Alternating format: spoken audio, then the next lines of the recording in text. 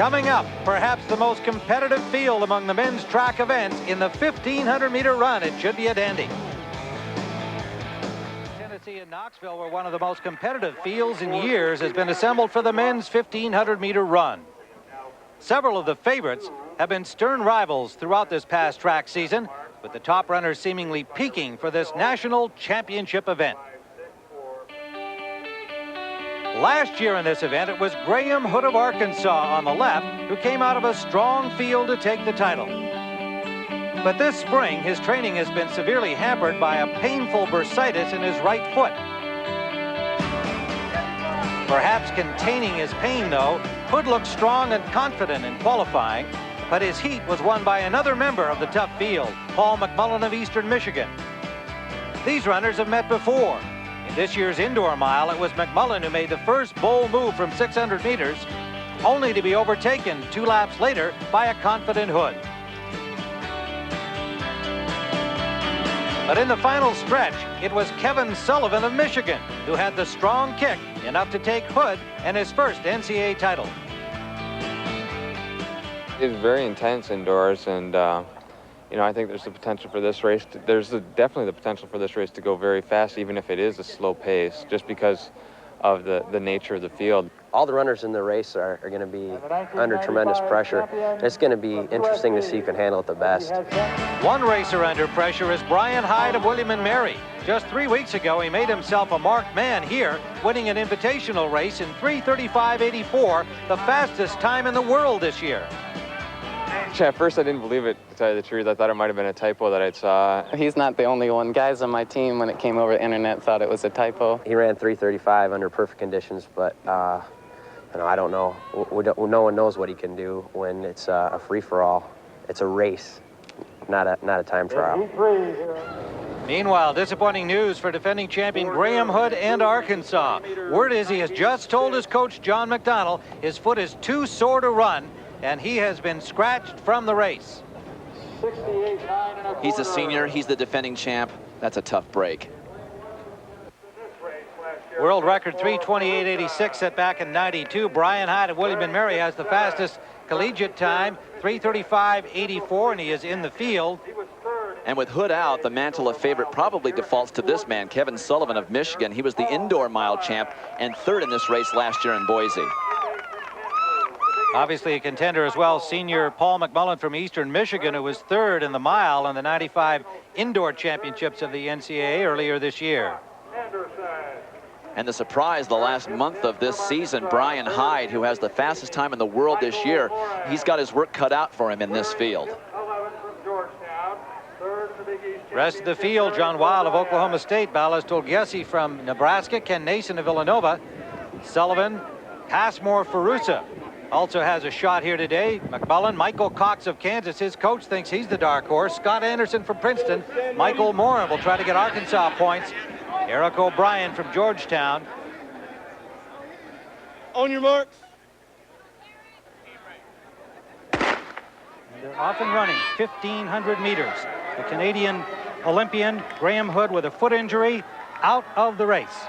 Of course, Tim, he was the defending champion from last year in Boise and captain of the team, and really does help their chances. You see the Arkansas runner there. He's going to have to step up for John McDonnell if they want to hold off UCLA, who's really moving in the throwing events this afternoon. Jon Wild takes the early lead from Oklahoma State. Furusa settles in comfortably behind him. Morin is there with him, and Hyde. I think everyone's fear is that this will go down to a tactical race. You've got some great sprinters in this field, guys who can run sub 55 for the last 400 meters easily. But in a championship race, you oftentimes see the pace go out slowly. And with 3 really strong contenders in this race, it could degenerate to that. Ken Nason of Villanova running comfortably in 5th place. Furusa, Hyde. Now Hyde starts to make a move here outside of Furusa. Just under 60 seconds for the first lap, so it's not pedestrian at this point, and nobody is sure who wants to lead. Wild keeps it, but Brian Hyde now coming up on his shoulder and takes the lead. Furusa running 3rd. Now, Hyde is the kind of guy that might want to push the pace and try to take the sting out of the kick of Kevin Sullivan and Passmore Furusa. Should be interesting to see if he keeps this up. I'm a little surprised to see him leading this early in the contest, but he may have thought the complexion of the race changed with Graham Hood out of it, and he wants to try and dictate his game plan to the rest of these finalists. Now you can see Kevin Sullivan wearing the M of Michigan, getting himself in position in 5th place. Michael Morin of Arkansas is running 4th. Hyde, Wild, Furusa the first 3. Canadian Kevin Sullivan currently running 5th, won a silver medal at the Commonwealth Games last summer in Victoria. Sullivan now has the most international experience in the field as they come through the 800 meters in 1:58.5. So Brian Hyde still out pushing the pace, trying to take the sting out of the kick of athletes like Sullivan, Furusa, and McMullen. Hyde has widened his lead from the field. Furusa made a move with him, but he's about 10, 11 paces behind him.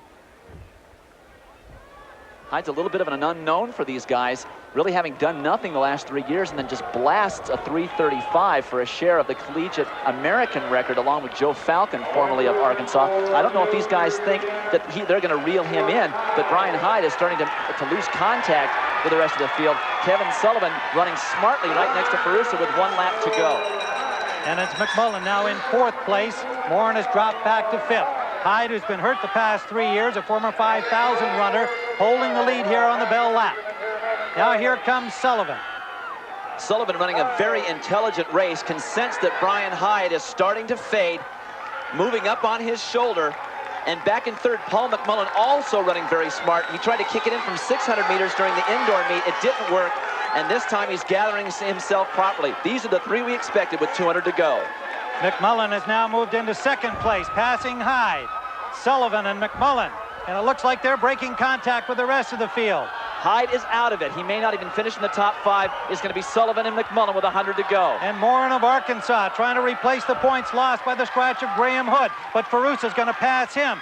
And Sullivan widens his lead. He'll romp to the wire. McMullen will be 2nd. Furusa will close out the Arkansas bid for 3rd. And in fact, up into a 4th place from Kansas is Michael Cox. 54.8 seconds last 400 for Kevin Sullivan. I said it would take something around 55 seconds with the pace that they were running. Brian Hyde really sacrificed himself, somewhat of a neophyte in a race of this caliber with someone as internationally seasoned as Kevin Sullivan has become. Well, the athletes had made Kevin Sullivan the favorite, even with Graham Hood in the field. Here's the pass with about 270 meters to go on the backstretch. Kevin Sullivan running a very intelligent race, knows that Hyde is laboring, knows that he's not up to the task. Paul McMullen running very smart there in 3rd. The senior from Eastern Michigan knowing he can still be in this race as Hyde fades. But when Sullivan took the race with 200 to go, that was it. Sullivan lifting here, takes a peek to see where McMullen is, knows that he has more flat speed than does McMullen, the former football player. Sullivan winning easily over McMullen. And so it is Kevin Sullivan, and Lewis Johnson is with him in the infield. All right, thanks. Knowing that Graham was out of the race today, did you change your strategy? No, I didn't change it at all. I knew it wasn't just Graham that was in there. There's, like I've said all week and leading up to this, there was 4 or 5 guys that could have won this race, and Graham was one of them. But there was still, with him out, there's still 3 other guys that were going to be a factor. Sullivan's winning time, 3:37.57. Paul McMullen was 2nd. Passmore Furusa was 3rd.